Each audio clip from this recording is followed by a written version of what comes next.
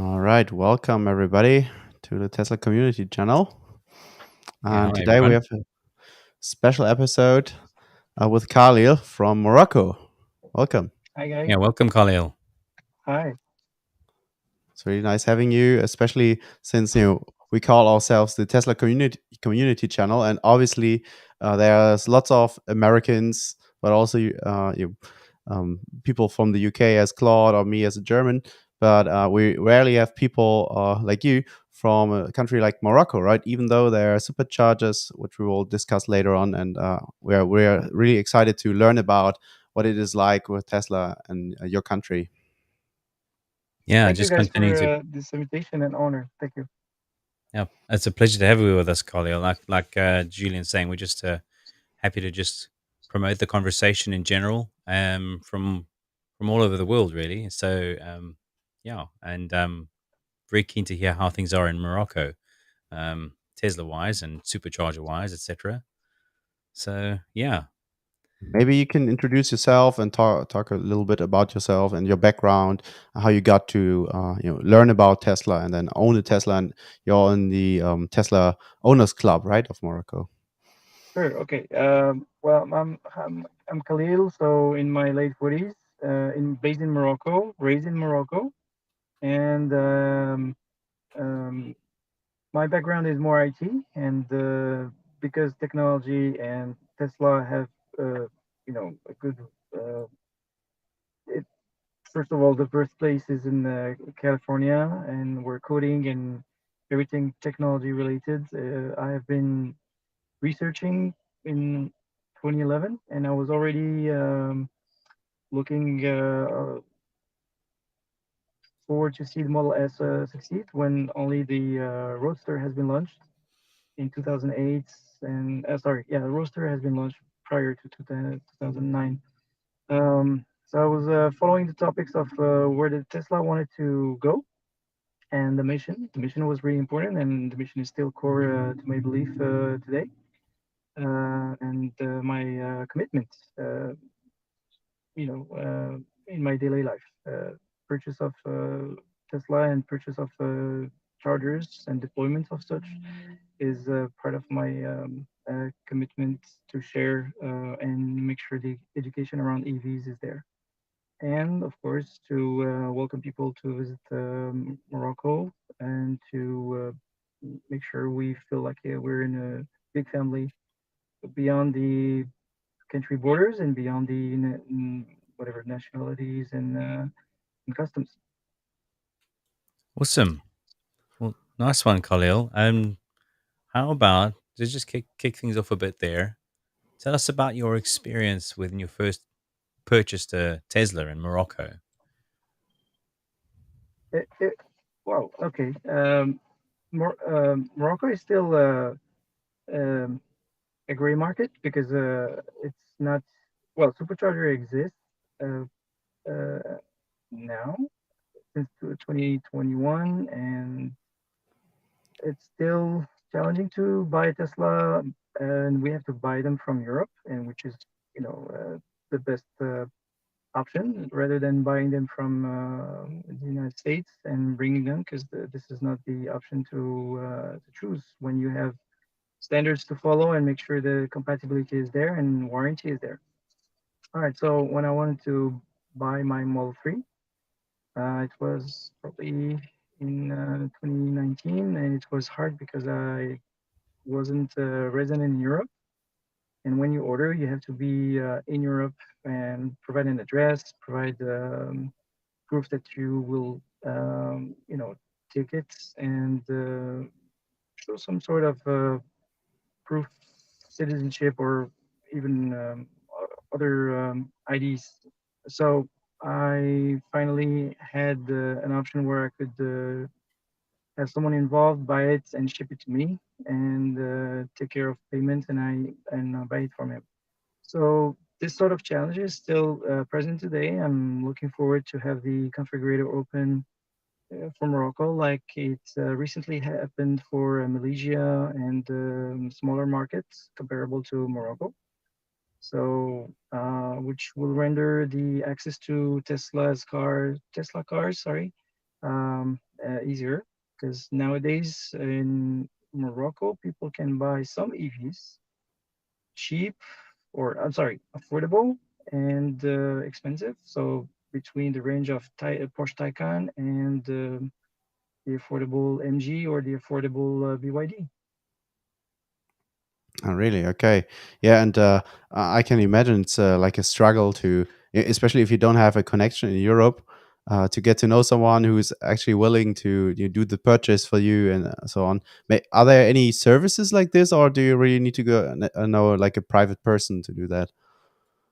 So either you depend on an importer that is based in Europe and he will take care of buying it and reselling it to you, or if you want the real um, ownership experience, you probably have to deal with someone that will take care of the whole ownership experience and make sure nothing is left out when he hands you the car.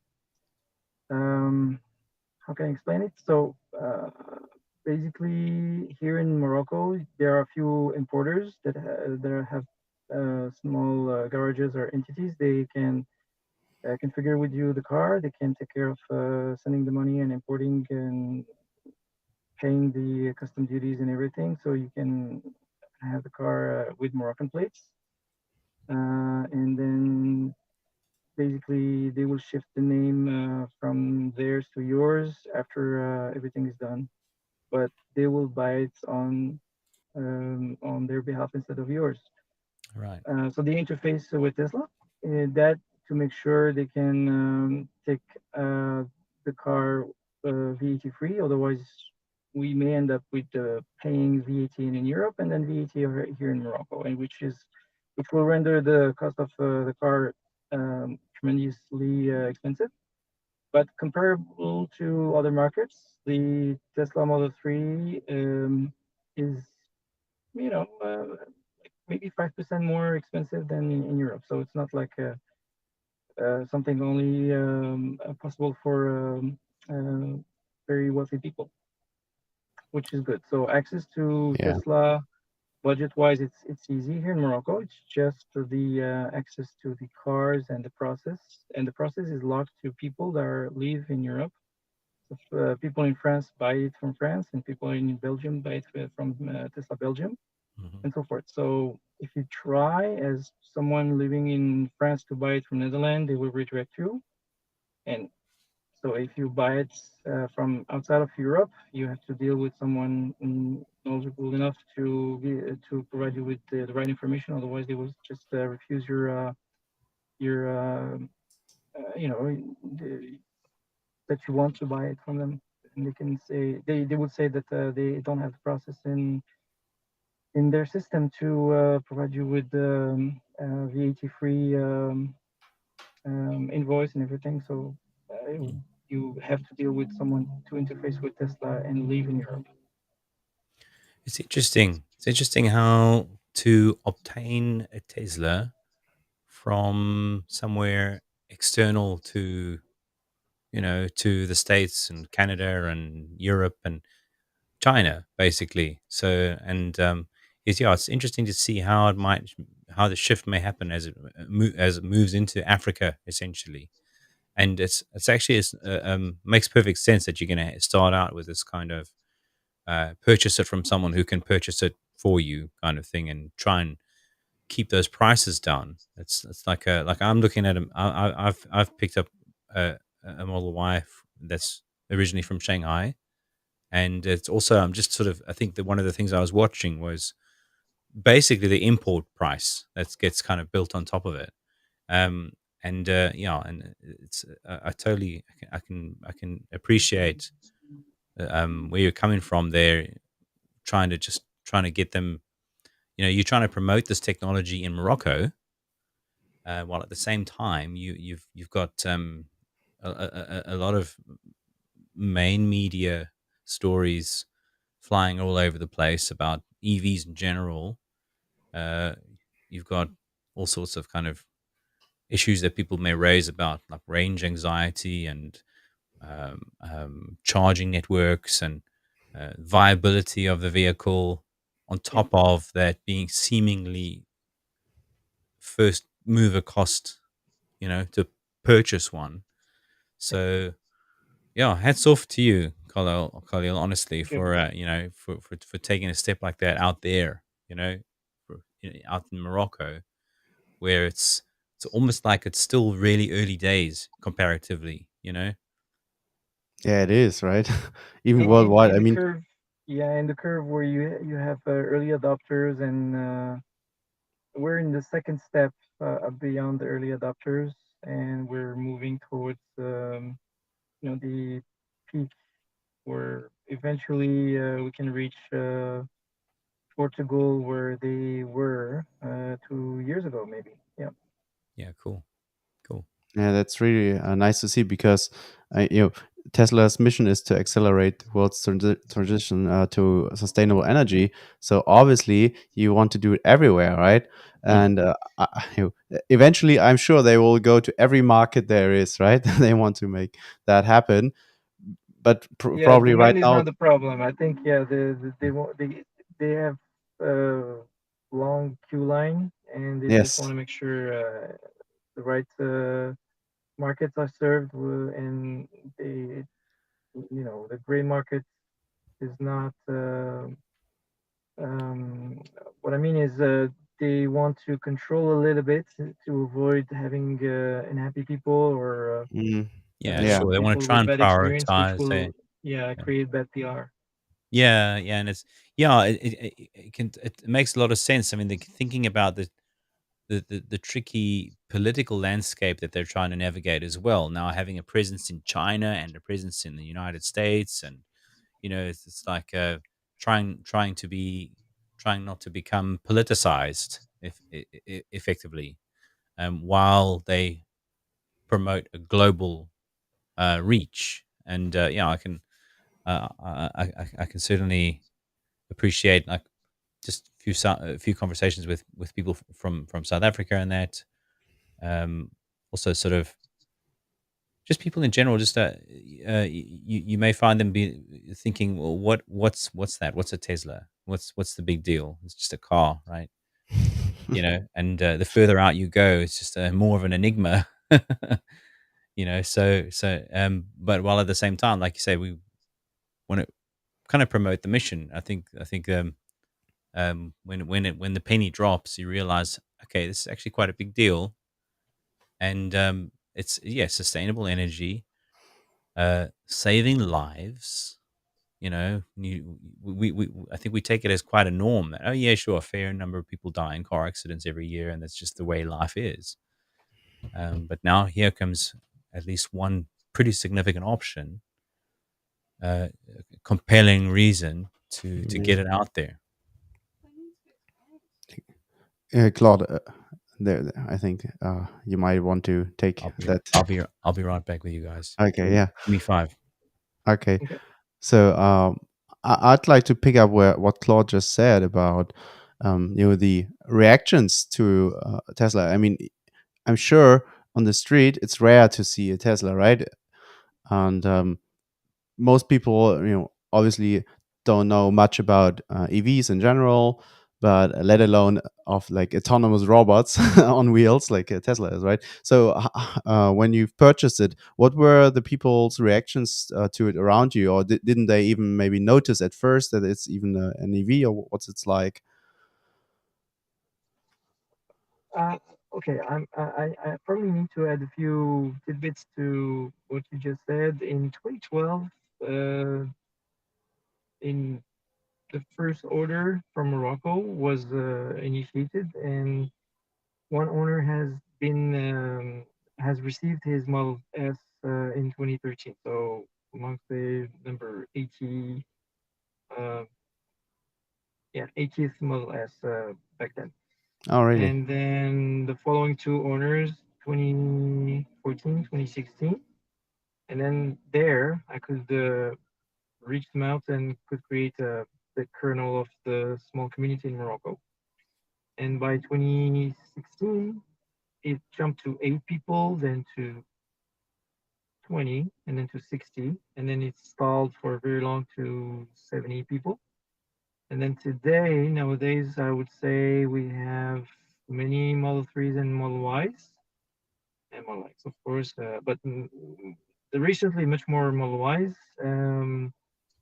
Basically, what I want to say is people are they do some research and they have access to all kind of information, and before buying they have access to tons of information, and they know what they're getting.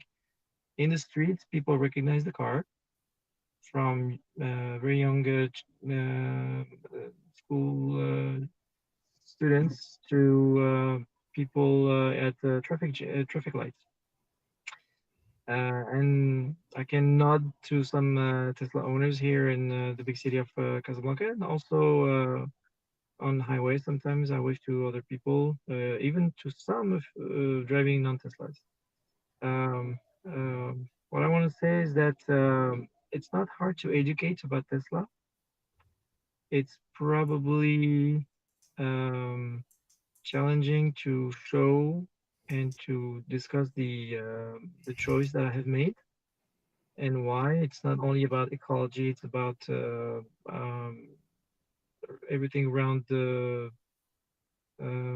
how uh, uh, the safety in the car, the technology in the car, the happiness and feelings that it offers when you drive with everything that it offers with the electric motor compared to a regular car that is cheaper. So I educate about the fact that after 2 years, it's beyond obvious to drive an EV rather than continue with an old petrol car. Um, so a few topics here and there, and I explain that it's 4 to 5 times cheaper to drive electric. And nowadays, there's no excuse about range anxiety. There's no range anxiety in Morocco. And since superchargers have been deployed and the more chargers here and there that you can notice on plugshare.com, you can find that you have many options where to charge besides your private ones at home and at the office. Yeah, exactly.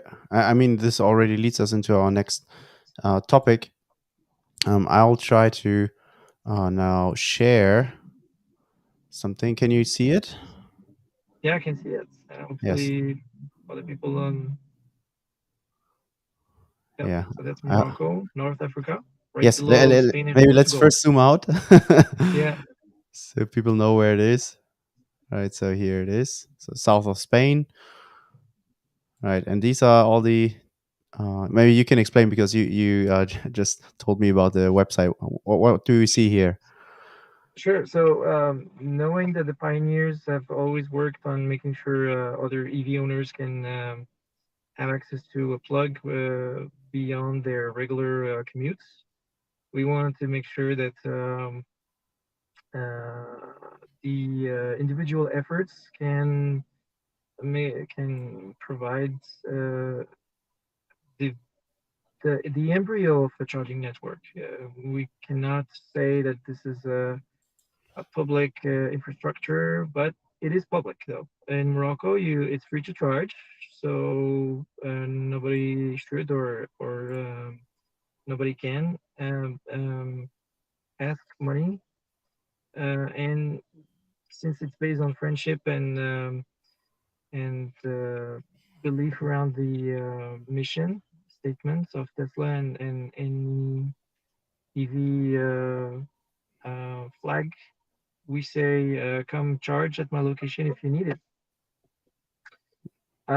So we started to fund a few charging location basically by buying wall connectors and deploying them with our own efforts after work or you know I wouldn't go much into such details until we finally rendered this map possible.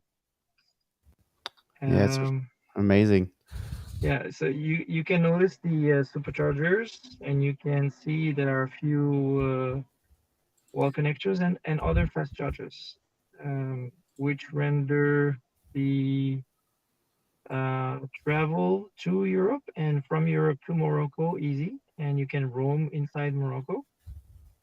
And nowadays, someone coming to explore Morocco can find himself driving beyond 5,000 kilometers, 3,000 Yeah, miles, I believe, right?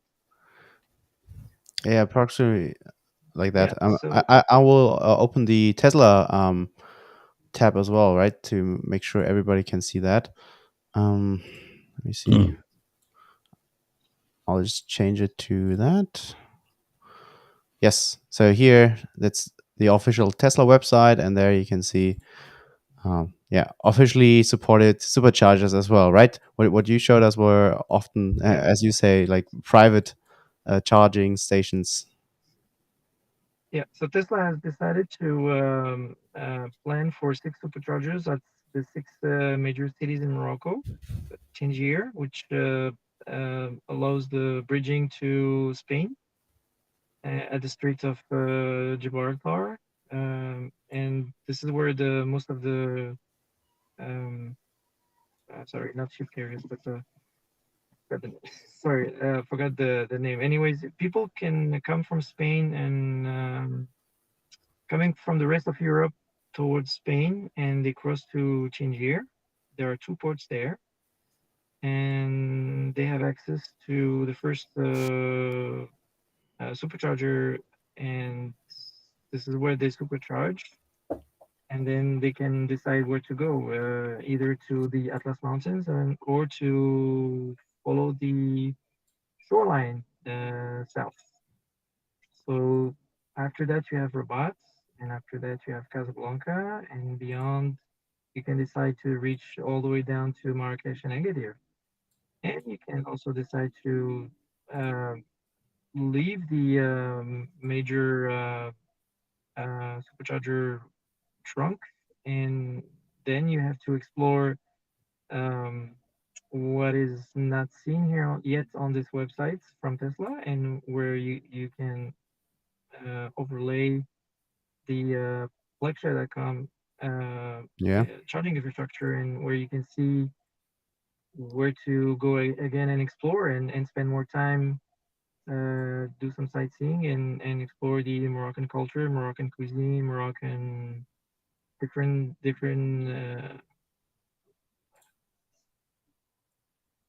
means to uh, provide your interest in Morocco, if I can say, yeah, Yeah, it's I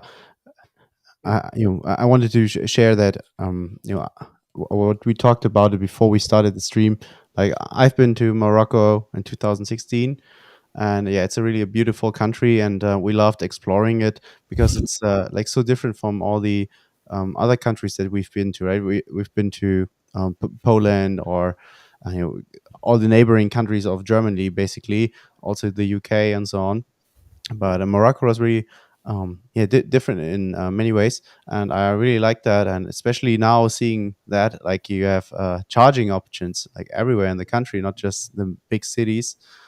Even though they might be a bit slower, but if you're out there exploring the surroundings, anyways, it's so nice. And everywhere we went, there were very, very welcoming people, very good-hearted people, and that was amazing to see. And I'm so sure that anytime you have some kind of problem, everybody would really try to help you as much as possible. And that's what I got to learn about this amazing country, and why I want to encourage everybody to go there as well. It's really worthwhile.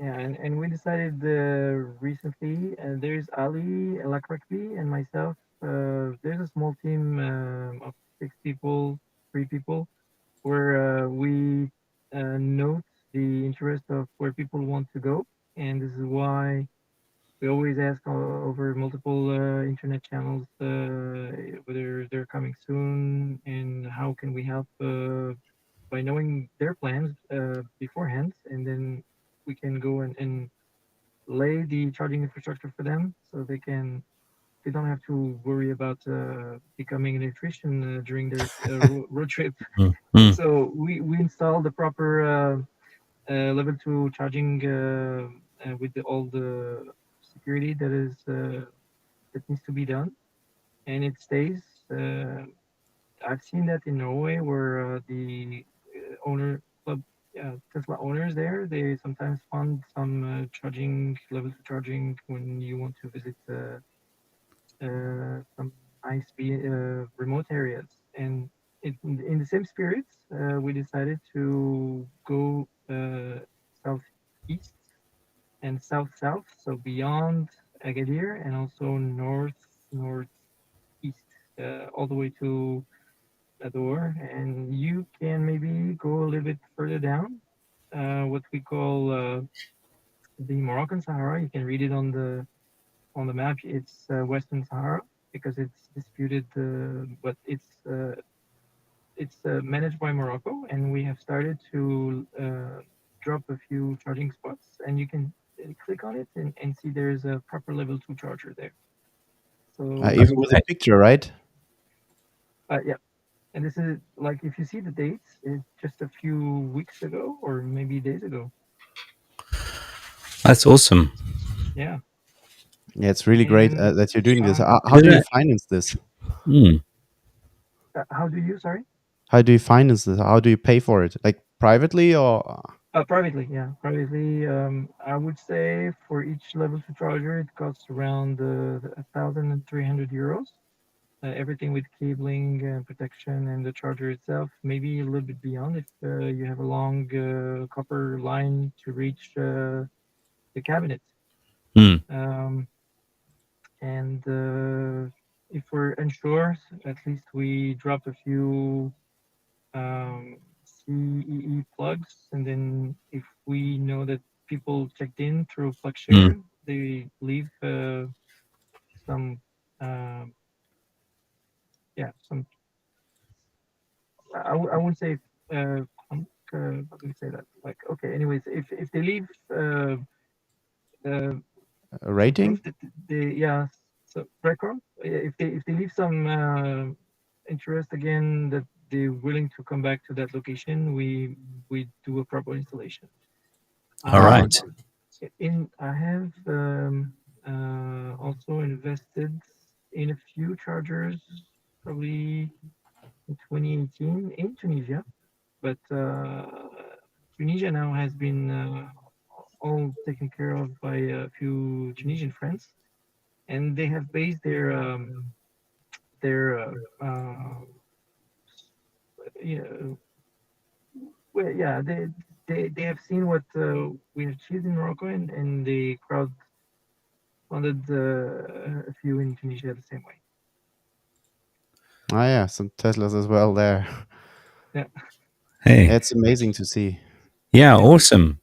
And isn't this also one of those uh paradigms that's worth kind of breaking in a sense? Because we might think that when we think about a vehicle, we think about the kind of infrastructure that's required for an internal combustion engine vehicle is huge tanks need to be stored underground, need to be very safe and secure because it's highly flammable, highly combustible fluid that needs to be stored and needs to uh, fuel vehicles. And so a fueling station as compared to a charging station is, we might just automatically be thinking, wow, how are you going to build out all that infrastructure?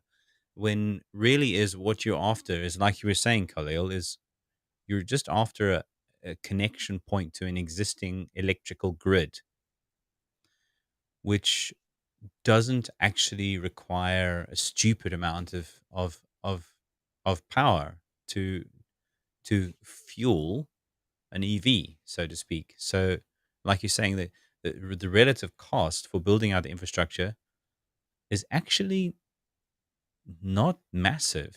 It's isn't it more the case of getting everybody's kind of mindset to appreciate the reality of it, that it's not this enigma, that you're trying to install. It's really, really actually a lot more basic. I mean, I'm just thinking in terms of like moving on to sort of things like home charging, um, and realizing that when I picked this Tesla up in May, I was very curious about home charging and charging in general, and it was actually quite a realization to think, oh, the cable that comes with can plug into a regular socket. Fine, it's a very low level of charge, but overnight it gets you 100, 200 miles, depending on Exactly. how many hours you can apply, and that's your emergency backup charging, which is available for a regular socket. Sorry. Oh, no worries, no worries. we have we we have all sorts of Sorry, guys. disruptions on our show. It's not a problem at all, Khalil. So you're trying to we're trying to help people realize that it's kind of the infrastructure is actually already there. The electrical grid itself is the fundamental component of that infrastructure. And as we are building, and as Tesla's vision includes building out energy production, clean energy production, storage being the kind of probably the missing component, the missing piece of the puzzle, and then just distribution, which is just really just um, feeding it into the local grid. It kind of becomes as simple as that. I mean, when we had a wall connector installed here, there was no other infrastructure that was required. It was just the existing infrastructure that could service a wall connector, which now charges the vehicle three times faster than the cable that it came with in the first place. So now we have the backup potential to charge if we're stuck at a campsite somewhere and all you have is a wall socket, you know, and we have got the wall connector. And of course, you've got this supercharger network plus a number of other networks just sprouting everywhere you go in parking garages, on street corners, and the whole kind of range anxiety thing and the whole kind of concern and FUD based, kind of propaganda about the situation is just so quickly becoming immaterial, that we really kind of need to rethink our reality as it is moving into this kind of cleaner world, and that just strikes me as like a yeah, just something we just Renew- have to yeah, unlearn a few things. You know what I mean? It's like renewable and clean energy is widely possible in Morocco.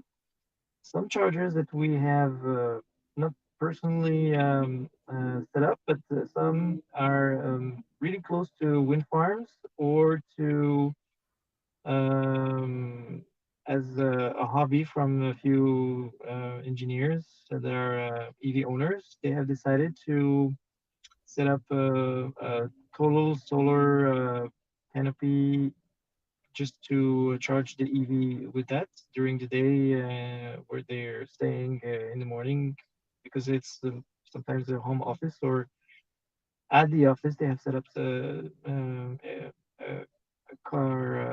carport with the solar panels. As you said, even if it charges at 2 kilowatts, which is let's say 13 kilometers per hour, it's fine. So during 4 hours, 6 hours, it provides what is necessary for a daily commute in a very long stretch between home and office, and mm, also the grocery shop and here and other errands. no, awesome, awesome, and that incidentally is another kind of illustration that where there's been a race with I know with vehicles like Lucid to say, well, we have much more range than Teslas. Is the argument that was coming out of Tesla was actually the research is you don't really need much more than 250, maybe 300 on average mile range, even for a sizable commute. Where you might Yeah, have to travel a considerable distance to and from the, like as you say, to and from the office. You don't need that. You don't actually need to be sort of sat on the road for hours and hours and hours. Like you say, your daily commute is actually something that's much more sustainable on a relatively lower range without a massive amount of fuss. I always remember what GB Strobel mentioned when he was initially part of Tesla before moving to his new company and then back to Tesla board. Um, he was always sharing the fact that in the equation of dropping too much battery or to increase the range doesn't make sense because the car gets heavier and heavier, and the more battery weight you need to add, the more the consumption gets higher and the car isn't efficient at all. So Mm. Tesla got to a point where it's the best balance between having enough range to drive safely before become very tired. And so after 350 kilometers, it's well beyond what you're supposed to drive, and then you can charge in 35 minutes. It's a great ownership experience, charging experience, and you should stretch a little bit and get ready for another trip if you want to continue, or maybe it's whatever. It's just what you need to explore. Instead of saying I want, I don't believe, and I always um, struggled with uh, people, curious people, not that they don't have yet the background of owning an EV. They say, I will move to an EV only if it drives 1,000 kilometers. It doesn't make sense, as you said. Mm. Sometimes some brands decide to pursue with such I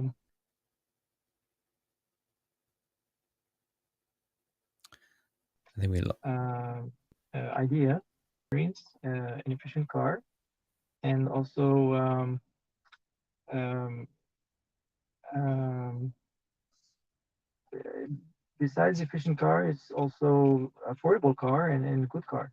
And and the resources that need to be uh, in distributed across multiple cars, you have to make sure the resources are there for their EV owners and not just a few.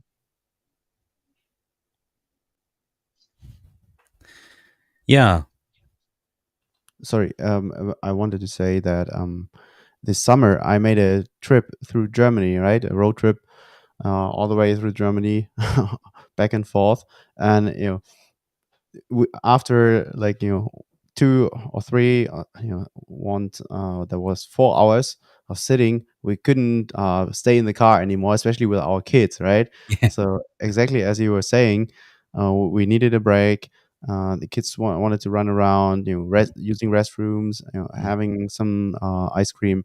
Was Mhm. really a great experience because at the same time, it was we needed, like, just as you said, like 25 minutes to charge the car, and we actually needed much more time in Yeah. order for us to really rest, have our meals and so on, right? So I needed to go back to the car, unplug it again, And then and find a parking yeah, spot. and park it somewhere else because Yeah. it's so fast, right? It's Yeah, that's awesome. So, If I yeah. may segue,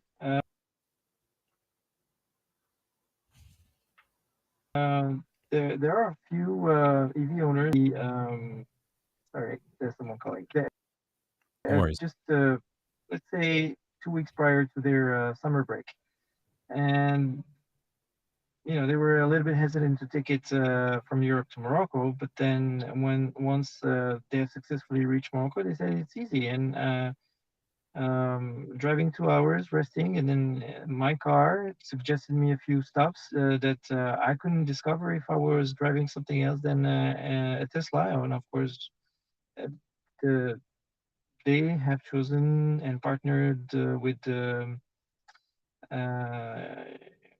where power is available, and also other shops are open, so you can have access to restaurant, to restroom, Wi-Fi. Everything is there, so you explore other than just pit stops at the highway, which sometimes are horrible experience. Yes. Yeah, so it's sometimes best to uh, follow the what the car is suggestion is, because the journey is the holiday spirit. It's not just the going from A to B. Yeah, exactly. And this is what I experienced when I was driving with a friend in his ice car, which was like, as you say, a horrible experience at times. I was I've been driving Model 3 for 3 years now, and I kind of forgot about all the experiences. But then I was reminded about how bad it actually is oftentimes. And yeah, people wouldn't believe, especially with people like you who are pushing forward the mission, who are helping whatever they can. Getting to know these kinds of people is kind of a regular experience for Tesla owners or EV owners in general. And I think that's so great about the Tesla community in general. And sometimes owning an EV means with the pleasure to drive, you may drive 1.5 uh, times more than usual because you don't feel tired and it's just easier. On the opposite side, if you drive a non-EV after driving for 4 hours and then you get to the hotel, you need probably 10 hours after arrival just to get to Recover. recover from the long journey driving and staying focused on making sure you get Mm, there. For family mm, and while everybody's maybe sleeping in the car or just patiently waiting to reach the destination. And during an EV journey, there's no such. Everybody's having fun, maybe karaokeing or discussing, or nobody feels that they're comfortable, even if they stay for very long, or if they have two times 2 hours driving and 35 minutes pit stop in the middle. Yeah, exactly. And I was also so refreshed. In the end, I can remember when I once did a long drive with an internal combustion engine car. I was really, as you say, super tired. And with Tesla, I just arriving, everything's fine. The autopilot, handled the steering so well.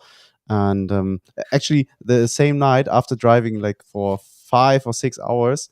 Um, I watched a FSD beta video from Dirty Tesla.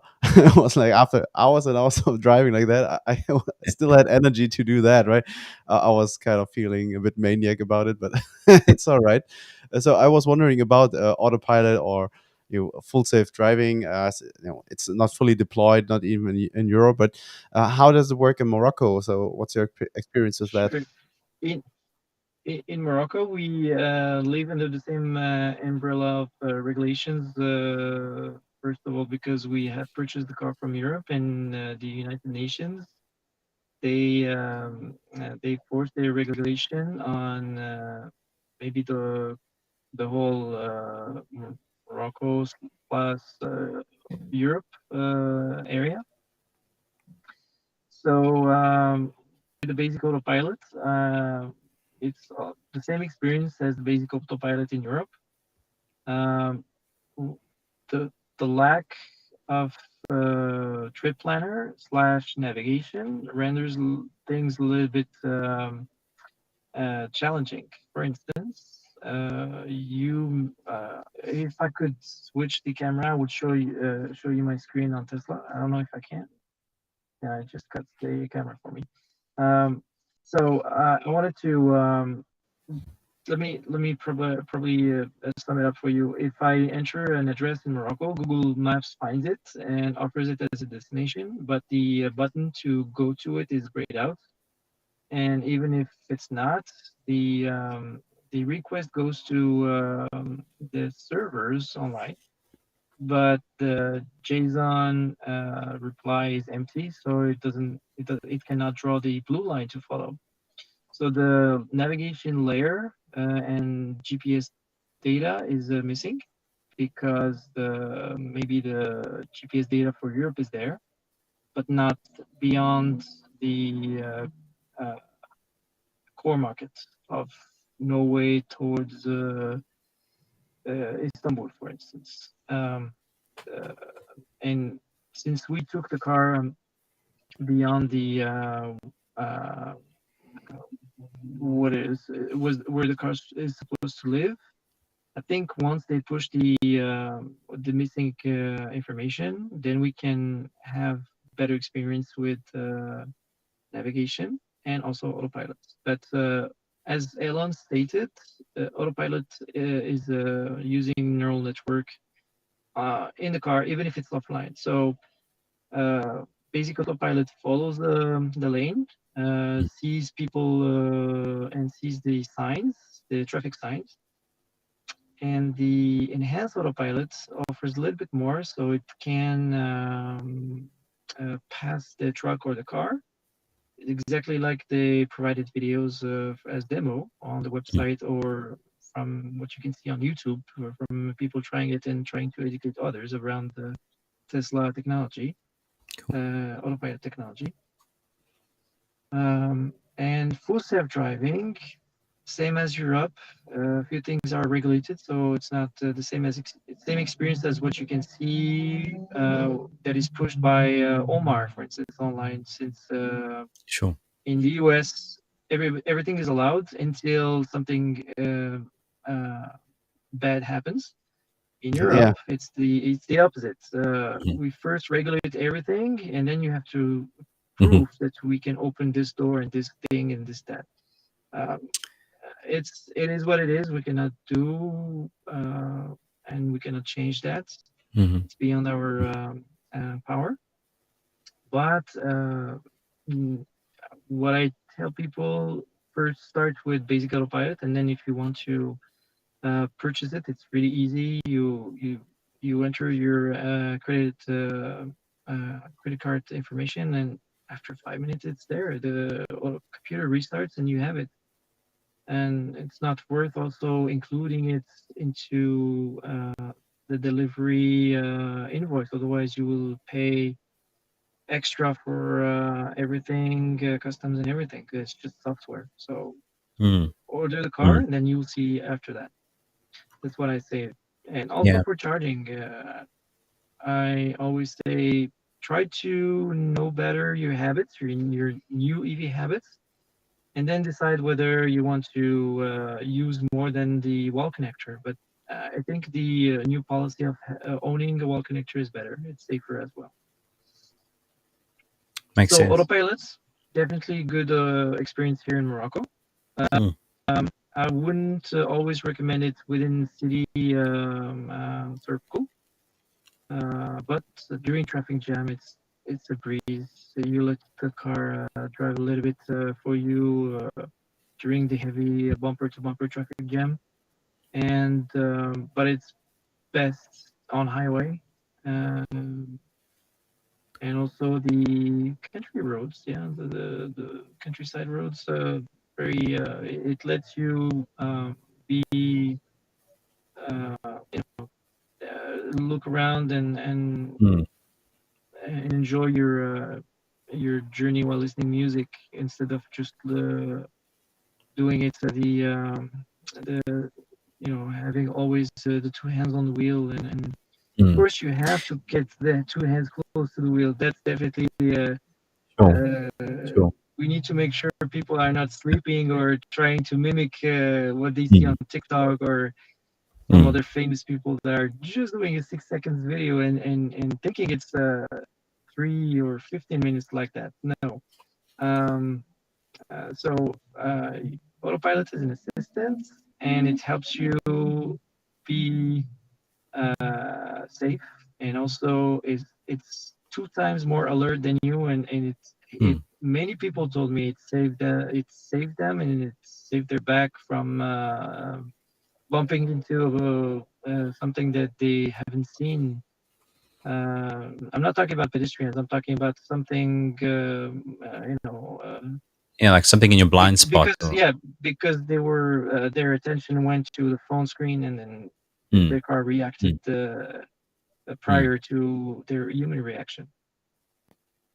Yeah, it's like it's in the background there. Hey, it's actually helping you to sort of be more alert in the sense that you're not having to watch every single thing. You have this assistant that is watching 360 degrees around you, making itself aware of every moving object, every vehicle that's around you, and every potential hazard, so that you can focus on your driving, but you can, in a sense, you can relax in the sense that, well, it's going to track the vehicle in front of you, and it's going to maintain a healthy traffic flow and a healthy gap between you and the vehicle in front of you.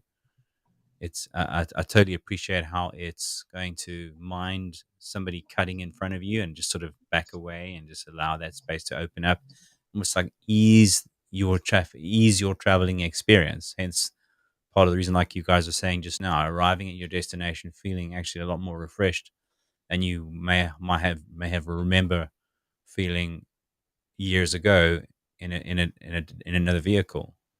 And Yeah, exactly. yeah, it makes a lot of And sense. this Yeah, the sudden brakes applied by the car when it's just getting used to the surroundings and uh, the new area where you drop the car. Basically, it's coming from Europe as a baby, and it starts to learn where it is and how to drive.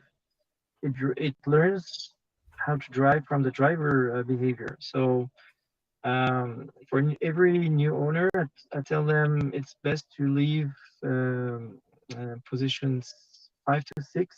When you have to tell the car, don't get closer to things and then apply brakes or suddenly brakes.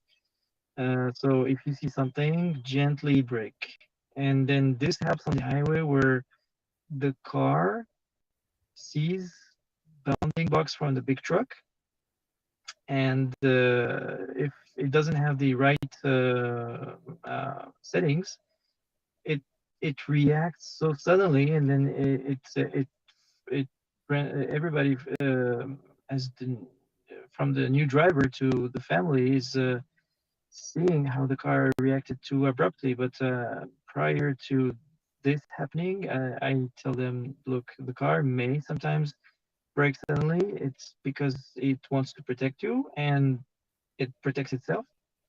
Uh, so it's best to have this and this and this setting, and then it should be fine. And then it most of the time, like 9 of 10 uh, situations, it helps. It doesn't break suddenly. It gently applies brakes from afar, and it doesn't wait until the last minute to put the brakes too hard. Yeah, exactly. I got one more question, which was coming to my head just a moment ago. In case it failed, right, or would ever fail, or there was some unavoidable accident. How about repairs in Morocco? As you don't have a service center, right? This just Yep, came to we my mind. Mm, but we learn from every challenge. So I can go back to 2016, where we're very few, like probably half a dozen people. Some were owners and some were not, and we were trying to give birth to a Tesla Owners Club here in Morocco. So, and the challenge first was around making sure we have a few chargers available, and after that, once that let's say challenge or step was met, then the next one was to make sure we could get proper support, since we knew that was not the right approach. In our case, what we did is, instead of uh, um, waiting for things to happen, let's take things in our hands. Mm, Whatever we can, we'll do it. So it uh, fast forward to COVID era where everything was closed, so a little bit more challenged than before. We uh, we had the country borders closed, even if everywhere else things were starting to resume. Uh, we had a few people that had accident with their cars, and we decided to import the parts ourselves from Tesla and learn in the process. And Tesla at that time rendered the knowledge base more accessible by going to a service website where you can know more about your car and you can if you have a fleet, you can service it yourself. And this is the approach we did, where I myself always looked for good road assistance partners, looked for a body shop here in Morocco that were able to work on the car and safely just on the body, not on the battery, not anything that is has a relationship with the high voltage battery or anything electrical, just the body. So we will Mm. follow the guidelines provided by Tesla, and we'll go step by step until we fix the car, like if it was shipped to Spain. So because the borders were closed and nobody could also get a visa to go and take the car and also travel with the car, we decided to see a local solution and a good one, like the proper way instead of just some sort of fixing things um, uh, with amateurs. Um, but anyways, that helps us better understand the challenge of a service center. First of all, it costs a lot. So for a small community like ours, it's not justified yet. Maybe once we are 3,000 owners in Morocco, but for Mm. now, below 300, it doesn't make sense. Mhm. And we took things in our hands. So I am the proxy and making sure every car that had an accident doesn't stay lacking parts or staining, you know, forcing the owner to go back to a different car. Right. That would Makes be sense. really unfortunate. But yeah, Yeah. thank you so much for your efforts. I mean, this really shows Yeah, how the awesome. strength of the Tesla community overall, right? People actually caring about it, helping each other out, doing everything to the best of their abilities. It's just amazing. And it's also the reason why Claude and I started this channel, right? Mm. It's our idea was to help with whatever we got, right? Even though we got to know each other via Twitter back then. Right now it's Mm. called X, but Mm. so he's based in London. I'm in Germany, so we thought about, okay, what can we do to actually Mm. do something, and then it was obvious to promote the community. Yeah, and Yeah, your situation is actually really inspiring, Khalil. I mean, if you look at you've got this sort of you're in a position where the infrastructure is growing, and there's an opportunity to get like proactively involved in this way to help yeah. promote the community as such to grow, and like you say, to reach that point where you can start establishing service centers and a growing awareness in a place like in a place like Morocco. Awesome, it, inspiring. it, it, it's inspiring, but also it comes from the IT background where you don't need to wait for the catastrophe to happen to react. You have to be well prepared for all sort of um, Counter arguments. events, and you have Yeah. to have procedure books ready. And what happened during the summer? We had Moroccan living in Norway, coming for the first time to Morocco with their Tesla. But we had also Norwegian people, just roaming in Europe, and then deciding at the last minute to come visit. So I had Um, a very young Norwegian with his Model 3 coming to, he wanted to visit Morocco and find out by himself whether the beliefs from others were justified or not. Hmm. And I told him, look, I'll provide you with 110 percent support, and always rely on me. And if anything happens, if you have a question, I'm here. So I was like the hotline for on WhatsApp, and basically it happened like on his uh, way back to Fez from a mountain area. He went into a pothole where his two tires went flat, and then he called me. And then he lived. Sorry, nearby there was a Model S owner. I called him and say, "Do you know a number of a flatbed truck that can come and help him and take him to and then secure his car to a garage shop and then take him to the hotel, and then the following day we'll see what we can do." He basically went to help him with his car, take him to the hotel, and so Tesla owner helping other Tesla owners, Awesome. and we had him not be scared at all, even if it was 10 p.m. dark, and around him it was only farmland. Um, Yeah. um, he was probably 30 kilometers away from the nearby city, and the flatbed truck came, let's say, 12 minutes, 15 minutes after the pothole event happened. And then 35 minutes later, he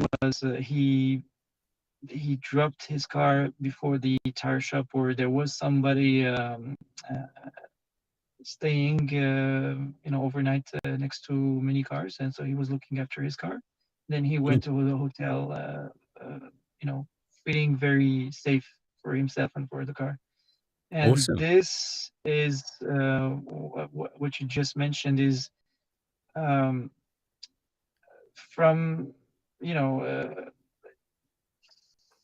yeah, as I mentioned, IT prepares you for events, and with Tesla, um, Tesla, it's if something doesn't exist in your country, you have to create it, create the opportunity and create everything, the services and everything. So this is what we did with the owners in the country. We tried to build what is missing, the support that was not there and the infrastructure that was not there. We tried to have it to this level today. To supplement it, as you couldn't hope for a better experience with a conventional car. you know, Yeah, you, you exactly. you can easily get stuck out there. It was actually better because it was Tesla, right? Yeah. Yeah, the community, hey, kind of Yeah, supporting itself. That's Yeah, inspiring in itself. and we Yeah. support even other EV owners. We make sure Oh, that sure. they're happy with their choice, as long as they're driving EV and not going back, sorry, to their previous car choice, where it was using petrol or diesel. yeah, Awesome. yeah. So yeah, we are in 1 hour. We wanted to wrap it up around that mark. So again, Khalil, thank you very, very much for your insights.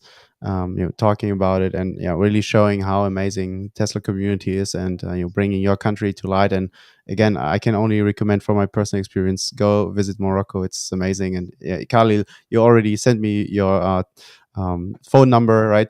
Everybody can have it, so yeah, you'll Yeah, be safe, you anyways. can share it. Yeah, Yeah, that's I'm awesome, man. I'm. Yeah. Let me renew my really gratitude for this opportunity, and I would love to have you guys and many people that I don't know yet.